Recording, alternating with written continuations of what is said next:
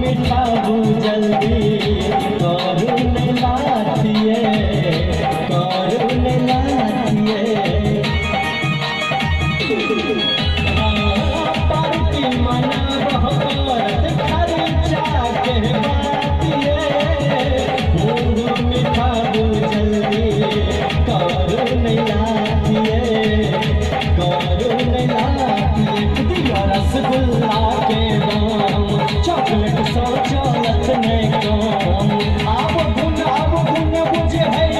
खासन खास भ गेला डियर कांग्रेचुलेशन बीए पास क गेला डियर कांग्रेचुलेशन अहाँ पास क गेला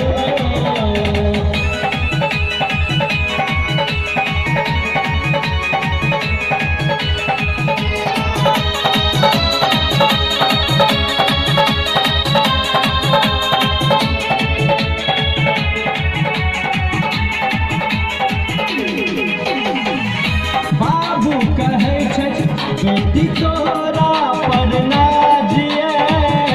मान बढ़ेलो एलो फर्स्ट क्लासिए फर्स्ट क्लासिए बाबू कहे बेटी तोरा पर नाजिए मान बढ़ेलो yellow first क्लासिए first क्लासिए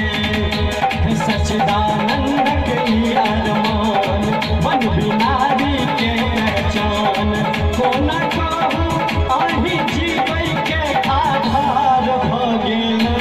Deere congratulation BA पास क गेलौ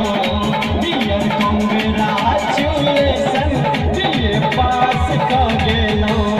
अर्जित केलो गाम के नाम बढ़ल माँ बापक सम्मान अर्जित केलो गाम के नाम बढ़ल माँ बापक सम्मान राही भैया के दुलारी हमरो खास भ गेलौ डियर